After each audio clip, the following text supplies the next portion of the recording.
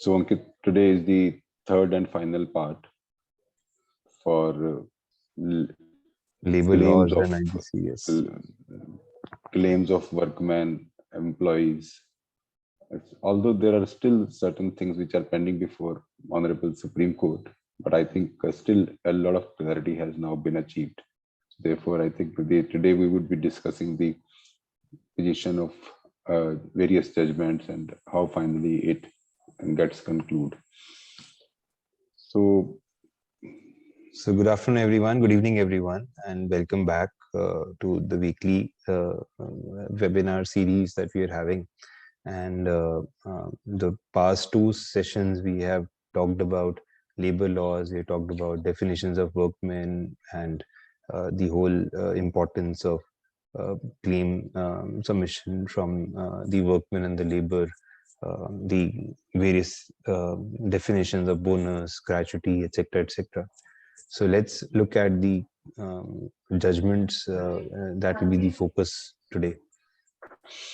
yes, Ankit, thank you very much. So I believe what we have already discussed, kind of the verification of claims, what are the rights and obligations of workmen and employees, what are the duties of the RP and the liquidator.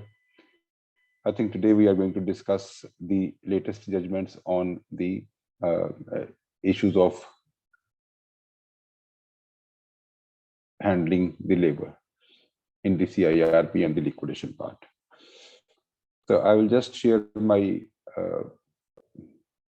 PPT, and this is what we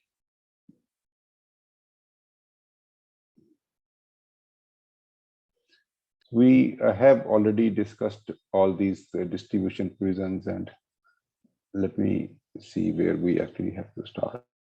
If we can even go to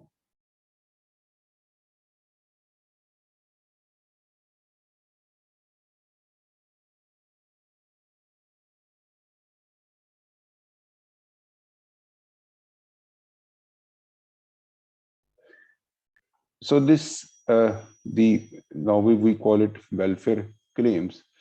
There is a complete confusion about welfare claims. The welfare claims that we talk about is we are talking about the gratuity, pension fund, and provident fund. In all these three things, there has been a lot of litigation, and primarily because of the EPF, Employees Provident Fund Act, and the Employees Provident Fund Department, the Commissioner of, they actually have been doing a lot of litigation. So that's something which needs a clarification. So let's do some of the judgments right away. Let's say in case the resolution plan proposes for termination of services. So this is one part where there is another judgment which talks about the resolution plan, talking about the downsizing of the employees and workmen. So what exactly, although this is not really important. Now, what is the latest judgment of Supreme Court is, which is in Sunil Kumar Jain versus Sandesh Bhatt. In that judgment, it has already been held that during CIRP, only those workmen and employees will be entitled to get salary or wages whosoever are working with the RP, and that too, if the RP confirms that the operations are continued and the RP and the COC collectively decides that these workmen and employees they need for the operations, then only during CIRP, the employee and the workmen, they would be entitled to salary or wages. Now, therefore, what was the earlier difficulty? The earlier difficulty was that in case of, like when the CIRP started, we used to discuss with the committee of creditors, like in case we terminate them now only for downsizing or only for reduction in the CIRP cost, it will result into their claim, and that would be a claim during CIRP, and that will have to be part of the CIRP cost to be paid in full. So that actually would give rise to the retrenchment compensation under the Industrial Dispute Act. Now, the retrenchment compensation is also almost equivalent to the gratuity amount in case we terminate a person So that is something which is due. So the committee of creditors used to decide that instead of paying this additional liability, let us continue with the employees and let us try to fast track the resolution process. This has been the scenario which various cases we have taken a decision. So see, like these are the judgments which are presently not really relevant, because see, in this statement, State Bank of India versus Calix Chemicals and Pharmaceuticals, the resolution plan provided for termination of services of employee, and therefore the same provided for payment of benefit claims to the employee's workman or the corporate debtor till the date of the commencement of the CIRP. So this was held. To my understanding, this is all right. This is a correct judgment that in case you are downsizing or you are terminating them, then there needs to be paid, because see, they are being terminated during CIRP, and during CIRP the RP and the COC has to keep this company as a fully compliant company, and they cannot say that they are not they can still file a claim for this period. No, they cannot file a claim for this period. So then see, this is like in case of resolution plan proposes for continuation of services. The continuation of services, I think there is no quarrel, there is no difficulty, because in case they are continuing with these employees, this will not result into any change. So whatever benefits are due to employees or workmen, that actually will continue, and their employment will continue. So that's considered a continuation of employment.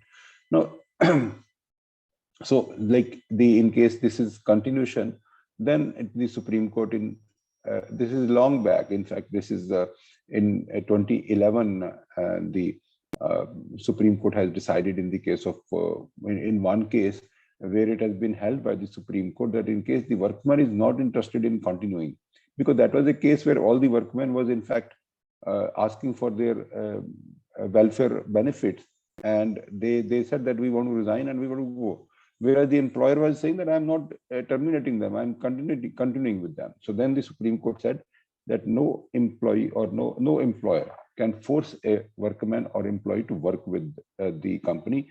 If there is a change in the management, the workman has all the rights to say no, and he would be entitled to all the benefits. So this is some kind of disputes. Now let us try to understand the treatment of service claims of the employees and workmen during CIRP. So this is where we actually have got a judgment now. The employees were always saying that they continued their employment during CIRP, and also in some cases during the liquidation as a going concern. Now, it was a big dispute. It started with this Jet Airways, and it was a huge issue, like 700 and some odd crores of rupees was the salaries during CIRP. So it was not provided for in the resolution plan. So the workmen also went to the NCLAT challenging the resolution plan. But I think now this judgment, which is the latest judgment dated 19th of April 2022, Sunil Kumar Jain and others versus Sandesh Bhatt and others.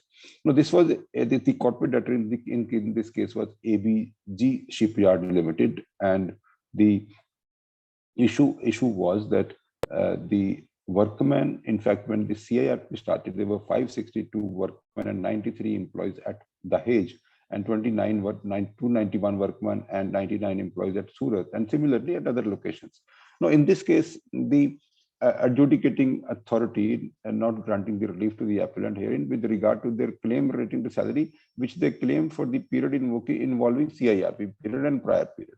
So this was the case. There were two issues before the Honorable Supreme Court. One, the claim of workmen and employees with respect to wages, salaries during the CIRP period, because this company finally went into the liquidation.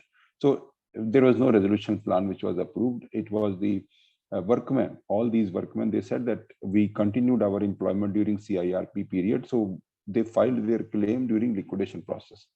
So that was the issue in this case. And the second issue was the amount due and payable to respective workmen employees towards pension fund, gratuity fund, and provident fund in view of the section 36(4), where it is said that the funds will be outside the liquidation estate. So these two were the issues, and in fact, it was in a very detailed manner, the first issue was handled in a very detailed manner. What was the observations of the Supreme Court? The Supreme Court said that while considering the claims of the concerned workman employees towards the salaries, wages payable during CIRP, first of all, it has to be established and proved that during CIRP, the corporate debtor was a going concern, and that the concerned workman employee actually worked while the corporate debtor was going concern during CIRP. This was the first condition. This was it is now a guidance to everyone. It is a guidance to everyone now. In fact, the Supreme Court said that the claim may be verified in such manner, and understanding whether this was a going concern, whether the person was working. Next is the wages and salaries of all other workmen employees of the corporate debtor during CIRP who actually have not worked and or performed their duties when the corporate debtor was a going concern shall not be included automatically in the CIRP cost. And then the next observation was only with respect to those workmen employees who worked during CIRP when the corporate debtor was a going concern, their salary wages are to be included in the CIRP cost, and they shall have the first priority over all other dues as per section 53(1)(a) of the IBC. So these observations are in fact very important, and further it said, the Supreme Court said, any other dues towards wages and salaries of the employee workman of the corporate debtor shall have to be governed by section 53(1)(b) and section 53(1)(c) with respect to the workman having pari passu charge along with the secured creditor, and also for employees where clause C is provided in section 53. This is very clearly said in this judgment. Any other interpretation would lead to absurd consequences and violate the scheme of section 53, read with section 5, subsection 13 of the IB code. Then the Supreme Court said that if any other interpretation, more particularly the interpretation conversed on behalf of the appellant, is accepted, in that case, the wages, salaries of those workmen who had not worked at all during CIRP shall have to be treated or included in the CIRP cost, which cannot be the intention of the legislature.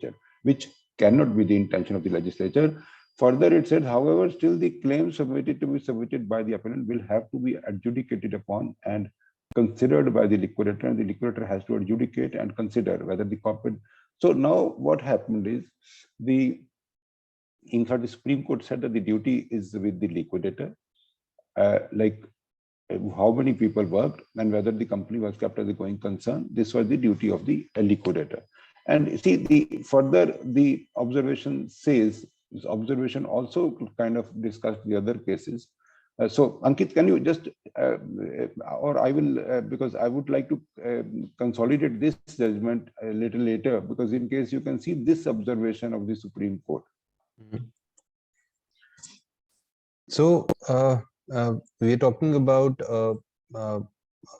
so with respect to the submission on behalf of the appellants, the court said that now, as far as the submission on behalf of the appellants, that as per section 20 of the IB code, and even as per the decisions of this code in cases of Swiss Ribbon and Gujarat Urja Vikas Nigam Limited, the IP is under mandate to manage the operations of the corporate debtor as a going concern, and therefore it is to be believed that during CIRP, the corporate debtor was a going concern. Managed and or operated as a going concern cannot be accepted. It is true that under section 20 of IB code, it is a duty of the RP to manage and run the operation of the corporate debtor as a going concern. However, the words used in section 20 are the interim resolution professional shall make every endeavor to manage the operations of the corporate debtor as a going concern.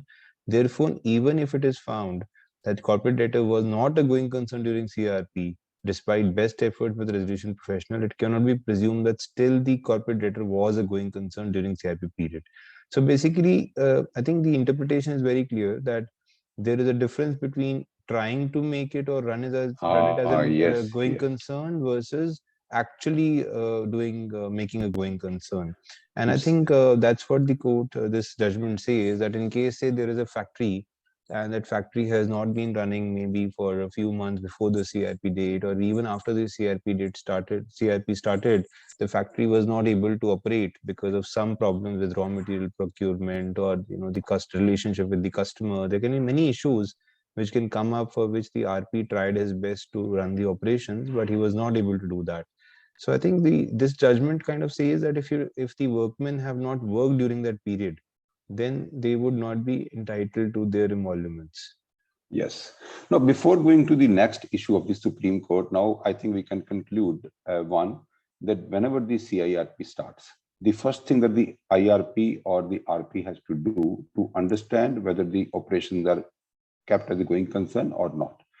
And if yes, then the RP or the IRP has to make an assessment along with the key managerial officers of the company, how many people are required for continuation of the same level of operations. Yeah. And then all this exercise must be done before the very first meeting of the Committee of Creditors. And in the very first meeting of the Committee of Creditors, it is the duty of the IRP to present a kind of analysis on the continuation of the job or services of the employees.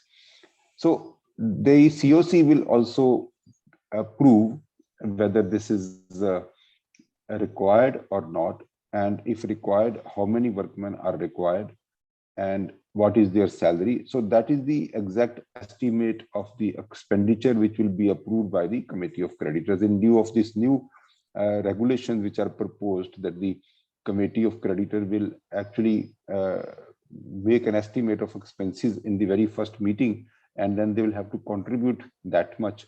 So that also becomes very, very important now, that whosoever people are working with the RP, they would be considered as the CIRP cost and they would be paid, and the Committee of Creditors would be liable to contribute or raise interim finance even for those workmen who are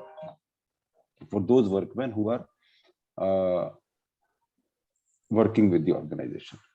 Now, this actually has made a lot of disputes setting aside, because now the workers, or because there used to be a lot of struggle between the workers and the RP, that the workers wanted their attendance to be recorded forcefully, and the RPs were in fact succumbing to the pressure that their attendance is being recorded, and so that they can finally claim their salaries. So now I think that kind of struggle would be almost finished, and IRP will take a decision along with the key managerial personnel, along with the status of the operations of the company, and a decision would be taken how many people who all would be working with the RP and they would be entitled to wages and salaries. Now, the second issue which was dealt with by this judgment, Sunil Kumar Jain versus Sandesh Bud, and the second issue was the dues of workmen employees towards Provident Fund, Gratuity Fund, and Pension Fund. Now, although there is another judgment which is still pending with the Honorable Supreme Court, and a very larger issue of gratuity is being decided there. However, this an interim kind of an arrangement while the other judgment is being heard. So this says that now, so far as the dues of the workmen on account of the Provident Fund, Gratuity, and Pension are concerned, they shall be governed by Section 36(4) of the Code. Section 36, subsection 4 and clause 3 of the Code specifically excludes all sums due to any workmen or employees from the Provident Fund, the Pension Fund, and the Gratuity Fund from the ambit of the liquidation estate assets. Further, it clarified that therefore Section 53(1) of the IB Code shall not be applicable to such dues which are to be treated outside the liquidation process and liquidation estate assets under the IB Code. Thus, Section 36(4) of the IB Code has clearly given outright protection to workmen's dues under Provident Fund, Gratuity Fund, and Pension Fund, which are not to be treated as liquidation estate asset, and the liquidator shall have no claim over such dues. Now, it only talks about the amount which is lying in those funds. So I think the last paragraph is very important to read. Therefore, all concerned workmen employees shall be entitled to Provident Fund, Gratuity Fund, and Pension Fund from such funds which are specifically kept out of the liquidation estate assets. And as per Section 36, subsection 4 of the IB Code, they are not to be used for the recovery in the liquidation. So in case there are funds, the workmen and employees, they are entitled to receive their Provident Fund, Gratuity Fund, and Pension Fund from these funds. So this actually, in fact, when we talk about this particular scenario, let us now go back. This is the latest judgment that we have already read. Let us go back in 2017 when this Precision Fastener Limited through Liquidator versus Employees Provident Fund Organization, this was decided by an NCLT. No, it was decided in the NCLT in the case of Precision Fastener that the amount due to workmen employees from the PF pension and gratuity will not be included within the proof of liquidation asset, and that the PF payable were held to be deemed asset of the employee workman. Same is to be excluded from the liquidation estate so as to enable the workman employee to get liquidator shall pay off the said dues before comprising the liquidation estate. So this was the first judgment in the case of Precision Fastener, and then comes the Alchemist Asset Reconstruction Company versus Moser Bear India Limited. That was also Justice S.J. Mukhbade Sahab wrote this judgment, and in fact that particular Precision Fastener judgment was also upheld in this case, and it was also further held that the liquidator cannot avoid the liability to pay gratuity due to the employees on the premise that no separate fund was created by the CD.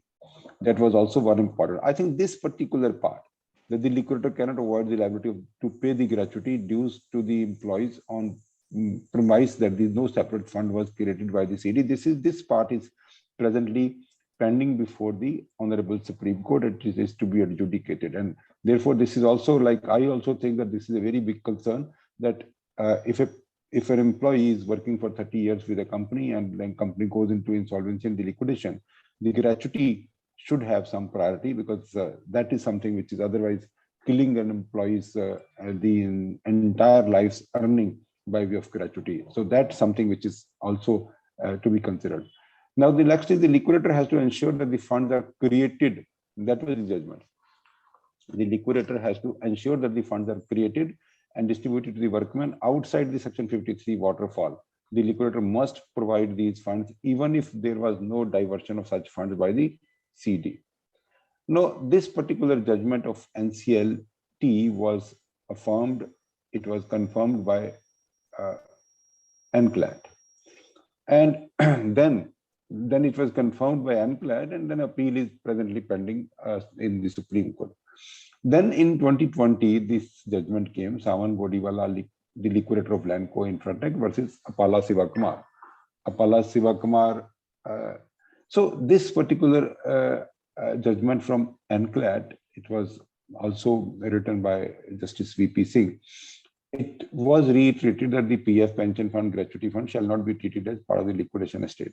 But however, in this judgment, it was clarified. However, reversing its earlier decision in Moser Bear observed, if there is no separate funds for gratuity payment, the same cannot be done from the running accounts of the CD. In case where no funds is created by a company in violation of statutory provisions of Section 4 of the Payment of Gratuity Act, then in that situation also the liquidator cannot be directed to make the payment of gratuity to the employees, because the liquidator has no domain to deal with the properties of the copy-debtor which are not part of the liquidation estate. Hence, the Honorable NCLAT specifically held that it is not the liability of the liquidator if no separate funds were created by the CD, and thus there is a contradiction from the Moser Bear judgment. So now in Moser Bear, it was said that it is the duty of the liquidator to create funds and pay all these three: pension fund, gratuity fund, and provident fund. Whereas in this case, Saman Godiwala versus Apala Sivakumar, it is said that in contravention, like reversing its earlier decision. But finally, both these judgments are presently pending before the Honorable Supreme Court, and the civil appeal number 255 of 220 and civil appeal number 2520 of 2020. These are the two appeals which are still pending, and in both, the Honorable Court has only directed that the disbursement of the amount to the extent of gratuity payable to the employees shall remain stayed. So they have not stayed the judgment. They have only saying that the amount to the extent of gratuity payment, what has been the order of NCLAT, that should be stayed. However, the total order has not been stayed. But primary issue that we are dealing with in these two judgments is gratuity. However, as far as the Provident Fund is concerned, because only the gratuity was stayed, Provident Fund was not stayed. So there is a lot of issue regarding Provident Fund dues on a corporate debtor. So in this case, the Honorable Court has not stayed the judgment of Moderator Karmachari, which was passed prior in point to the judgment of Apala Siva. There may be a presumption that ratio laid in Moderator Karmachari Union would continue to hold field till final judgment comes from Supreme Court. I think now there are two issues. One is the gratuity, and the other is Provident Fund. Provident Fund issue is not stayed, so that's something which is still pending. And however, this Sunil Kumar Jain has already said that these funds are, in case there are funds lying in these, then only they would be considered as something which is to be paid to the workman on priority. So this is, Ankit, the scenario as on these two very important issues are concerned: the salaries and wages during CIRP, number two, the Provident Fund, Pension Fund, and the Gratuity Fund in a liquidation case when the clause 36 subsection 4 and section 36 subsection 4 and clause 3 created all these confusions. So the multiple judgments on this, and still as far as the other parts are okay, but then the gratuity part is still to be adjudicated. What we all should do as far as the gratuity part is concerned, we should advise the employees that during CIRP they should file their claim of gratuity, because see, they would not know whether they are continuing the job or not. So they should file their claim for gratuity up to the commencement of CIRP, and that is something that should be kept separate by the RP, and the process should be conducted. There are two reasons for this. In case the resolution plan is approved, the successful resolution applicant must know what is the liability of gratuity which he is continuing, which he is taking over. Because that gratuity is not being paid, but he should know, as per the information memorandum, which will be based on the claims filed by the employees and workmen, that this is the liability of the gratuity that he has to take over in case he continues. Secondly, when the employees are being, when they see that list also should be provided to the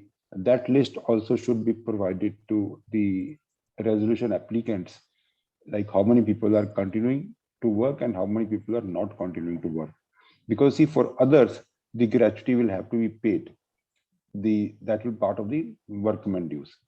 So this is the immediate action that we should take all the insolvency professionals.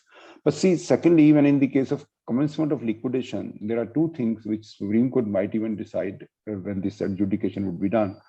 What would be the status of the gratuity? Because I understand the gratuity doesn't become due on day-to-day basis. Gratuity is only on termination, retirement, or whenever there is a discontinuation of service. So in the case of liquidation order, if the job is discontinued, and that is the claim of liquidation, would that be part of the liquidation cost, or it would be part of the CIRP cost, or it would be part of the workman dues? So in case it is part of the workman dues, then of course it will have a pari passu status with the financial creditors. And if the financial creditors are getting 20%, the employees also will suffer, and they will lose 80% of their accumulation on gratuity part, which is not fair according to me. So therefore, I understand that the gratuity should become either part of the CIRP process, or it should become part of the liquidation process. Why I'm saying so? Because see, there are some employees who would not be getting entitled. They would not be entitled to CIRP, the salary during CIRP, because they are not working in the company which is not operating. So therefore, they would be considered as the no salaries are due from the date of start of CIRP. Therefore, their claim of gratuity should be there as on the date of CIRP. And in the case of liquidation also, they should file their claim of the gratuity. Whereas the RPs are also supposed to consider whatever is the amount in the books of account of the corporate debtor, like how much is the amount which is due as a gratuity, that also has to be provided for. So with this, I think we can conclude that part of the gratuity, how the claim of the gratuity should be admitted during CIRP, during liquidation. And although once this decision will come from Supreme Court, I think the Supreme Court would at least consider that the liquidation cost, the gratuity will be part of the liquidation cost. Say like then in the can an RP remove employees and workmen during CIRP? I think this question is not relevant now, because this Sunil Kumar Jain versus Sandresh Bhatt has clearly said that anyone who is working with the RP will be entitled to salary, and anyone who is not working will not be entitled to salary. So there is no issue for removal of the employees or workmen, because they will only be getting salary or wages in case they are working for the RP. Can RP remove the employees and workmen during CIRP? This is again the same issue. However, I would say section 28 of the IBC says that any change in the terms and conditions of the employment, that has to be dealt with in consultation with the committee of creditors. So the committee of creditors can actually do this, but then not otherwise. Now the claim of employees and workmen during the liquidation, that's all we have already discussed. So the distribution, see, one scenario that we are trying to say that when we see, like, this is a section 53, which says that the workmen dues for the period of 24 months preceding the liquidation commencement date. So the priority which has been granted to workmen dues is only for 24 months. However, it doesn't make a case that for the RP to reject the other part of the claims.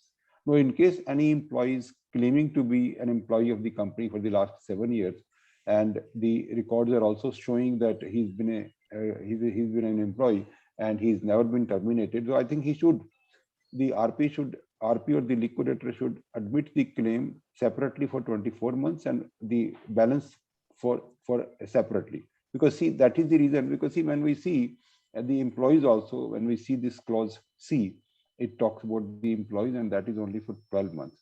Any salary for over and above 12 months, that is not supposed to be rejected, but that actually will form part of this clause F, any remaining debts and dues. So there will be two parts of the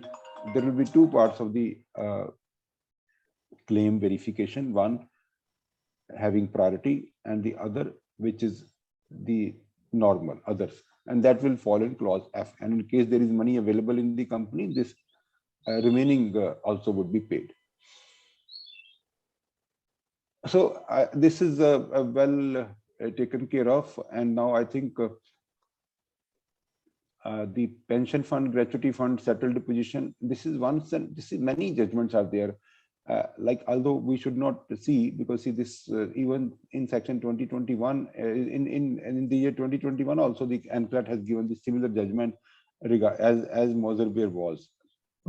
So even after having this judgment of Justice VP Singh, the Employees still have given a new judgment, and that was also almost on the same lines, which is the Moderator lines.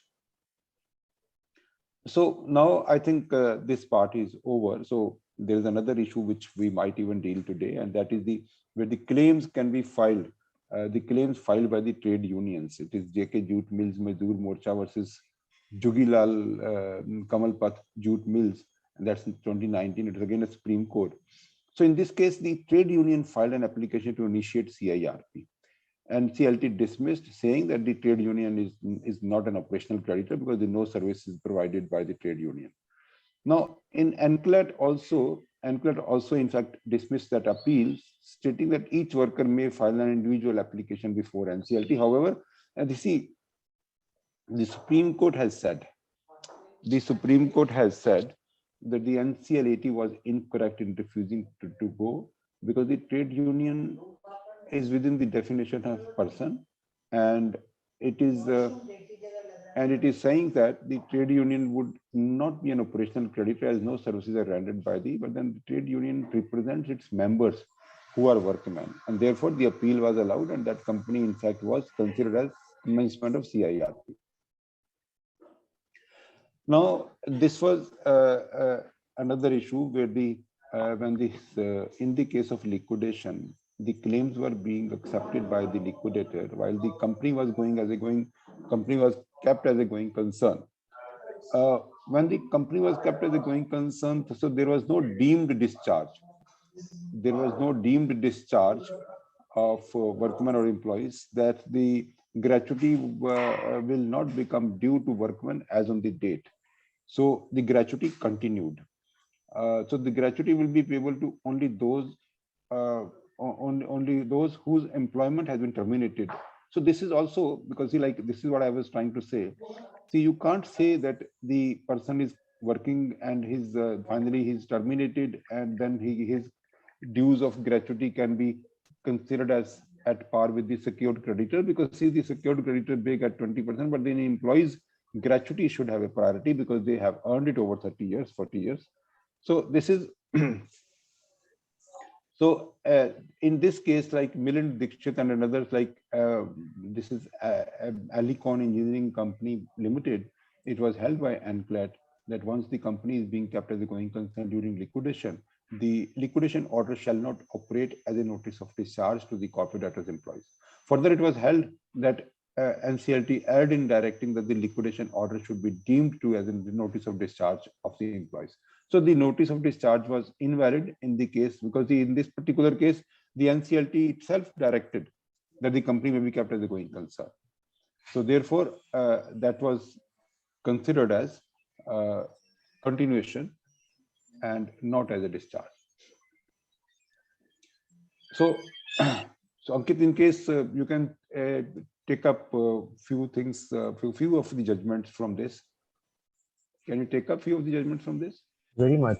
So there is this one is an overriding effect of IVC over other laws, section 238, and the issue is that the section 238 or 38's overriding effect shall be applicable to distribution of dues payable to workmen with regards to the provisions under the EPFO Act or provisions of the Payment of Gratuity Act.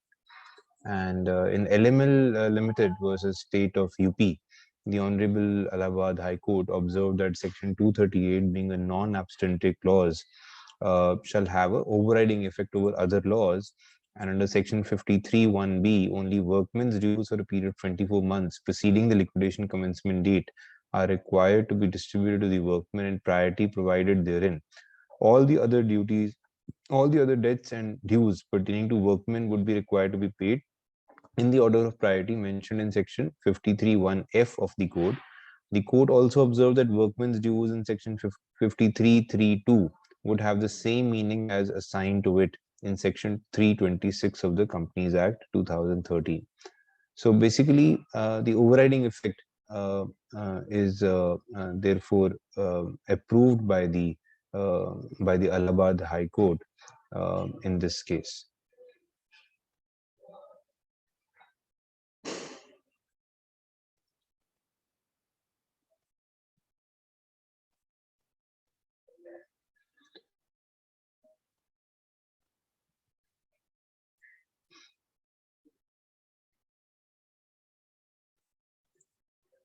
So in the meantime, there are some questions that came in.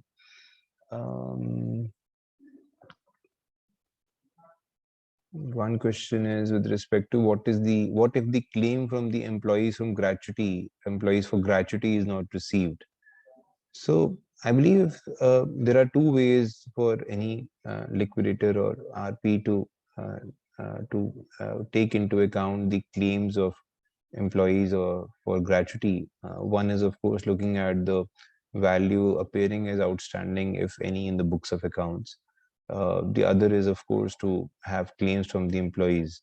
And as per the new regulations, of course, there is a requirement now that once CRP starts, there is now a case where the employees can the RP and the liquidator can look into the books of accounts and also identify our claims and seek claims from the people who are appearing as creditors in the books of accounts, which has been that can help.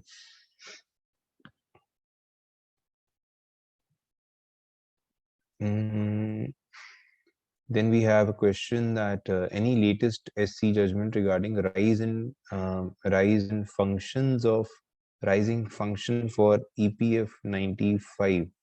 EPF 95 employees.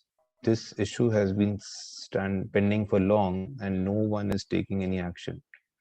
So I talked about this judgment in your absence, but I talked about also talked to some questions. So one question is that what if the claim from employees from gratuity is not received? So I said if there is any outstanding dues in the books of accounts that can be acknowledged, and in case not, then there is no way that the RP or the liquidator can come to know that there is a gratuity outstanding till the time there is some kind of claim from the employee. If the So employee has not, we actually have seen a couple of judgments, and even now the intent of the IBBI is also like that the IRP should even communicate with the stakeholders, like what kind of claim is expected from them. I think it is advisable to guide the workmen that they should file their claim for gratuity. Because if they will not file their claim for gratuity, there are lot many disputes which are expected. Even the successful resolution applicant can also say that I was not informed the amount of gratuity and I have not provided for that. That also is a big issue. And so my understanding is that the claim of the gratuity as on the commencement of CIRP or as on the commencement of liquidation must be filed by the workman. And it should be kept separate, and it will be dealt with in consideration whether the company is being, whether all the employees are being taken over by the successful resolution applicant or not. If partly they are being taken over, then only those employees gratuity would continue. Otherwise, everything else has to be either part of the CIRP cost or liquidation cost. This is my thinking. But there is no law so far. I mean, let the Supreme Court adjudicate. Even we are giving our feedback to the IBBI also that this is something which is hurting a lot of employees and workmen, because see, their 30 years gratuity is also being taken away in this process of insolvency. Yes, Ankit. What are the other questions? Then there is a question that any latest SC judgment regarding rise in function for EPF 95 employees. I think the EPF, this issue has been, I don't know, I think this can be clarified further.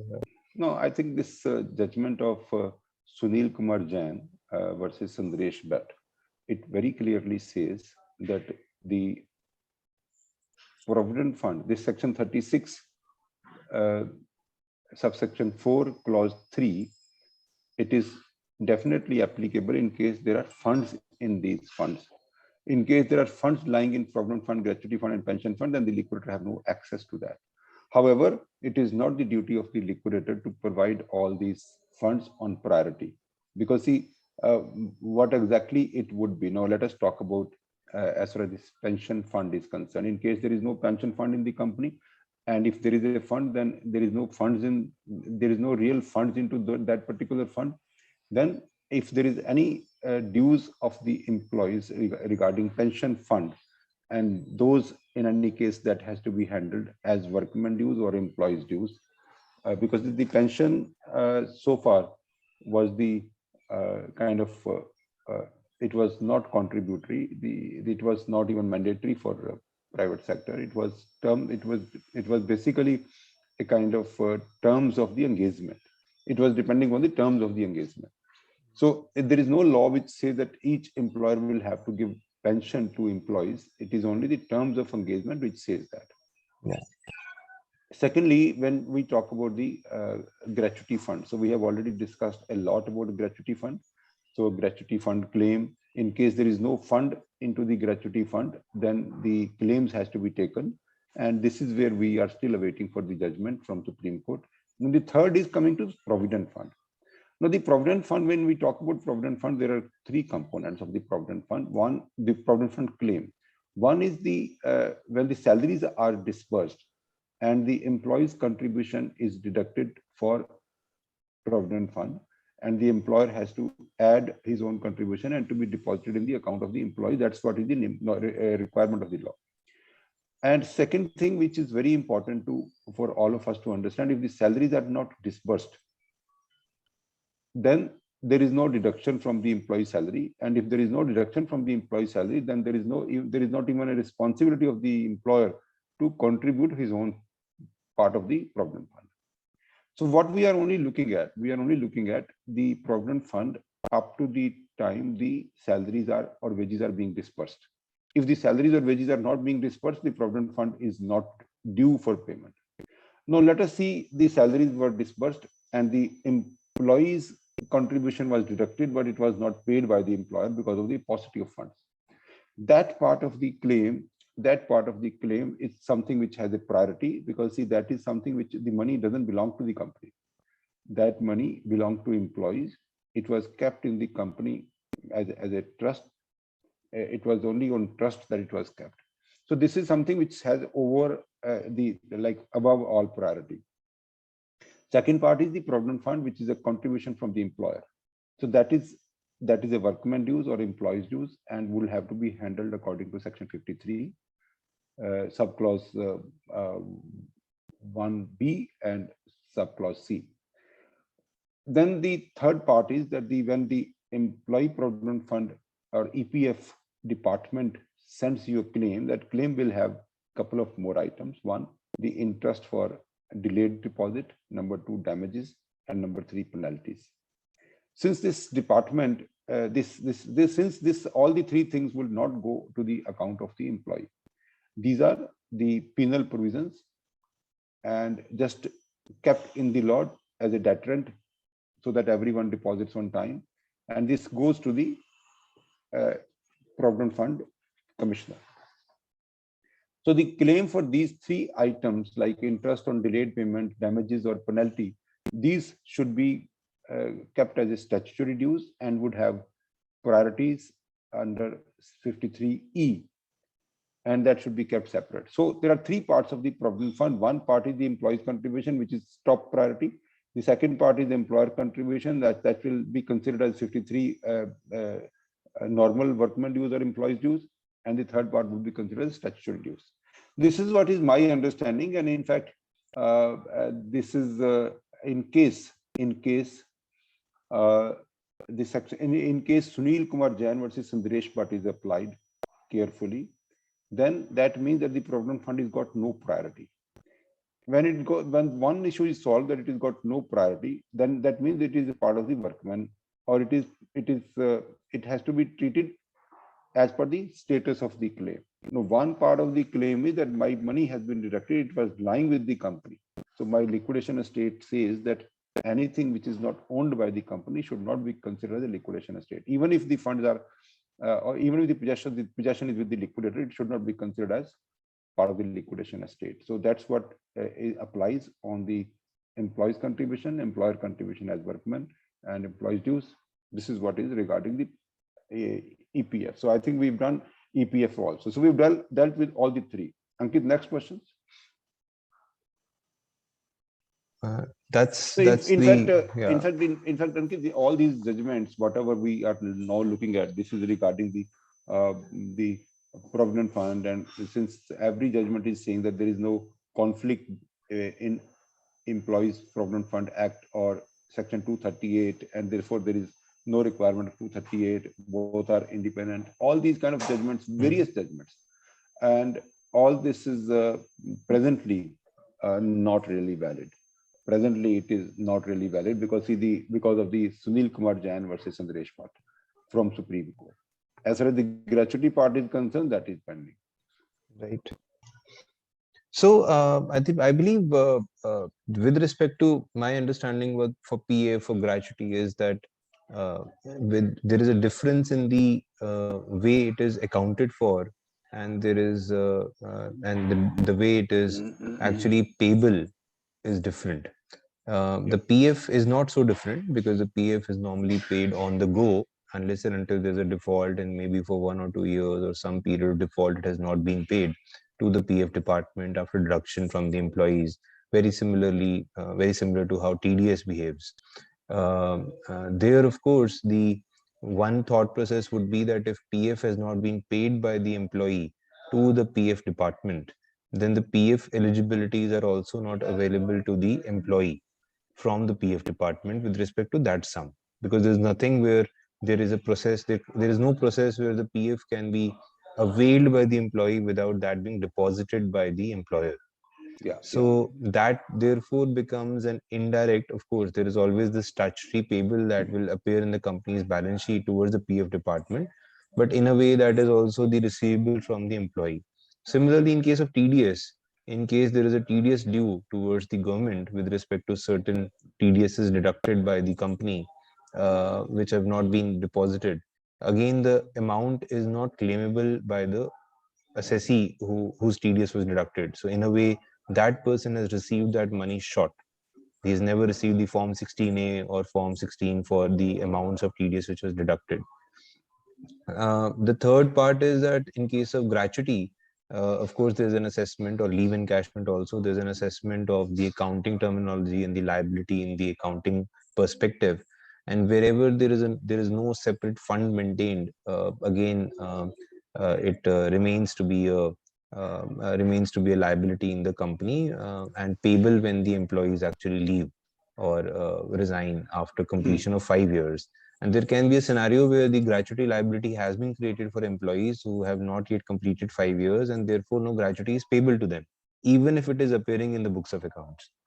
So these nitty-gritties, I believe, need to be sorted out, clarified, that what should be the claim admittance process. Because there is a scenario where the employee will claim that I have not received TDS, that is payable to me, and at the same time in the balance sheet it will appear as TDS payable. Yes, Ankit, I think we can take up a couple of more judgments because the time is again moving Yeah. fast. See, these are all simple judgment which says this Nitin Gupta versus Applied Electromagnetic Private Limited, that the employee can also file as an application to start insolvency of the company in case of its dues are not being paid. So the this has been again a simple judgment sayings, and recovery of dues against former employees. This is again upheld in uh, N. Subramaniam versus Aruna Hotels, because this was an ex-employee and it was an old claim. Like, this person left job in 2013, much before the insolvency law was brought in this country, and still it was settled that the employees thereafter sent a demand notice to the copywriter, and the copywriter replied to it stating that the salary had been paid and only gratuity the amount of 6 lakhs was due on that. In the meantime, the copywriter approached the city civil court, because this was held that the copywriter in fact approached city civil court to file a suit against the employees, and only that because they wanted to create dispute under section 9. However, the civil suit was instituted by the copywriter in order to circumvent the initiation of the insolvency process by the operational creditor. The claim of the employee was admitted by the Honorable NCLT, and it was basically, this judgment was upheld even by Supreme Court, that the claim of an employee is an operational creditor, and the NCLT and the CIRP can be started. Okay, so now I was also saying that unfair resolution plan, right sizing, downsizing of the employees. This was a very big question in the Edelweiss Asset Reconstruction Company versus Bharti Defense and Infrastructure Limited ANCLAD judgment. Would you like to take up this judgment, Ankit?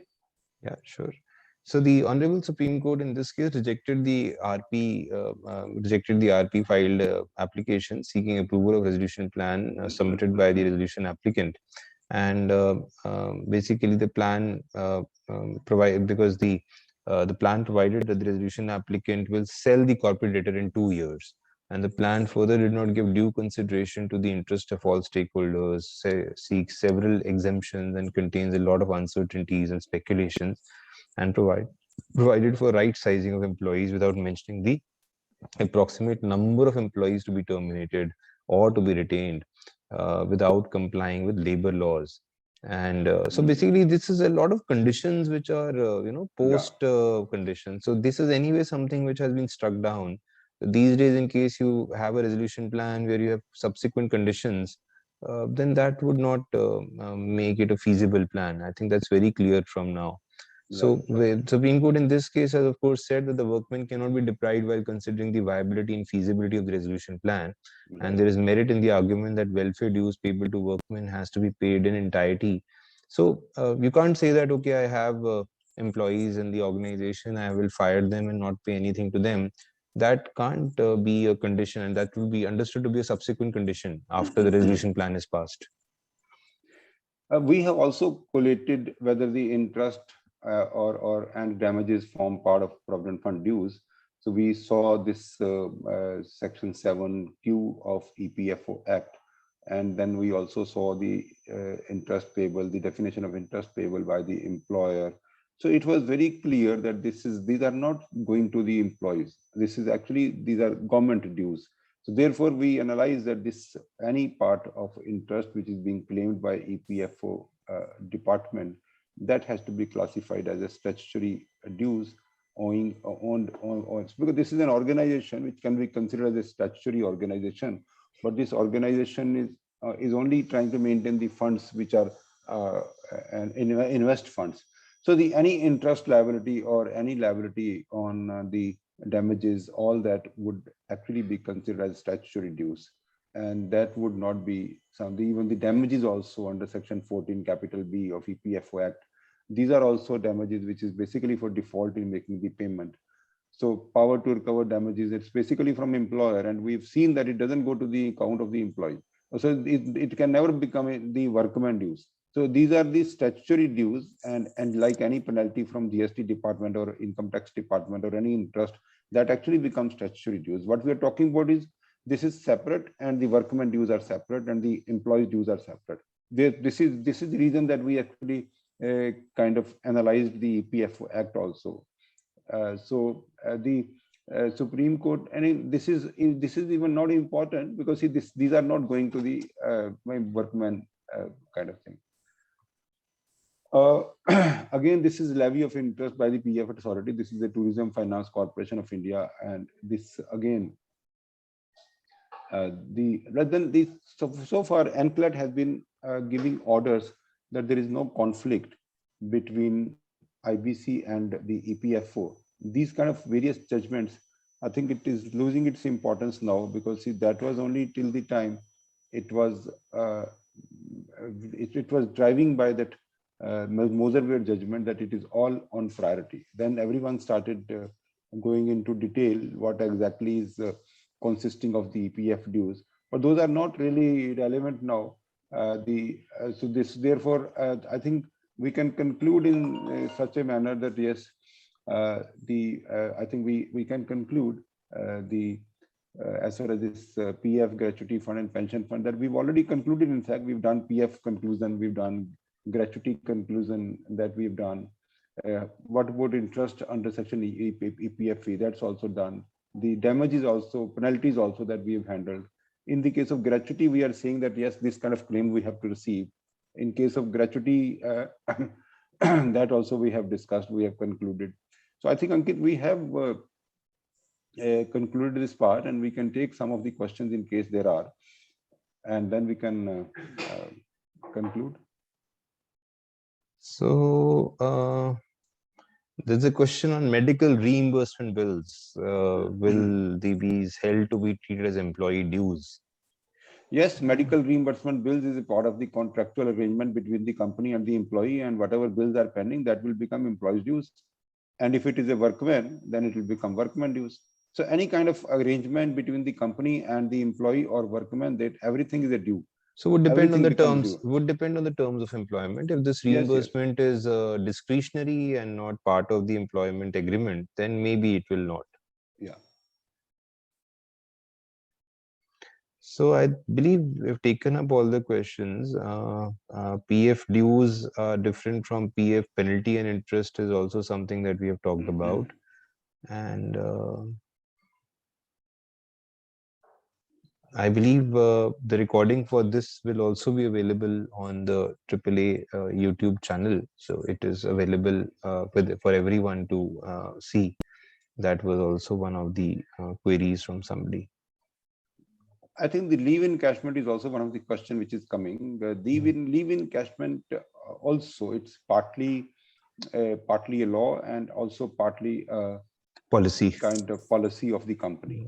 Yeah. So this is a workman due, and there is no priority up to 2 years, up to 1 year rule that is applicable to this part of the workman or employee dues, and it can be paid as per section 53.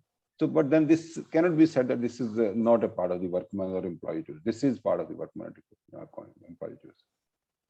Then, like when we talk about distinguishing contract of employment and contract for employment, so I think you're talking about the master-servant relationship and kind of talking about whether it's an employment or